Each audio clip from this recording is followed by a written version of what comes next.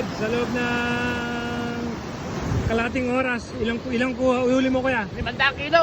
500 kilo sa loob na lang kalating oras. lang. Paano mo iuwi kuya? Kasi Ang problema ngayon pag-uwi. 4 hanggang 5 kilometro lalakarin natin. 4 kilometro. Ganun karami. Ayun, may party kami, kulong-kulong. Nasa kaya, galing Nuevesia. Yan, iuwi. Tutulak nyo lang.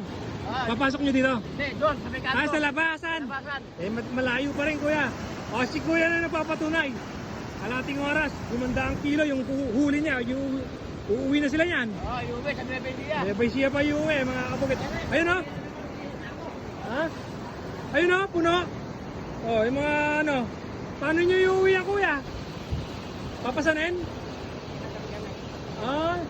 Mahirap 4 hanggang 5 kilometro yun. Ang layo. Yan, magpupuno na naman kami. Ano ako, mahihirapan ka na naman dyan kuya. Yan na naman kami, Lala kayo. Ang nauli po niyan, typees, roho. May common madalang. Lalaw.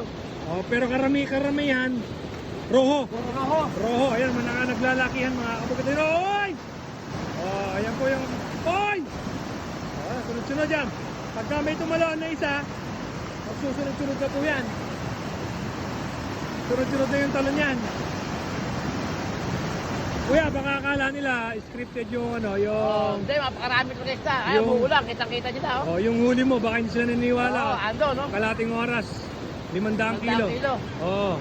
Baka sabihin nila, scripted. Kasi may nauna pa kami sa sako, pinadala namin sa Matanda, punuin sa sako. Ngayon, may sasako pa uli. Ganun karami mga kabukid. Hindi yun scripted. Nakita ko lang si Kuya, taga Nueva Ecija pala siya. Ganun siya. Tapos ito naman, taga San Ildefonso. Sila, taga San Ildefonso. Ilang sako yan? Ilang sako? 4? 3 po. 3 sako, puno.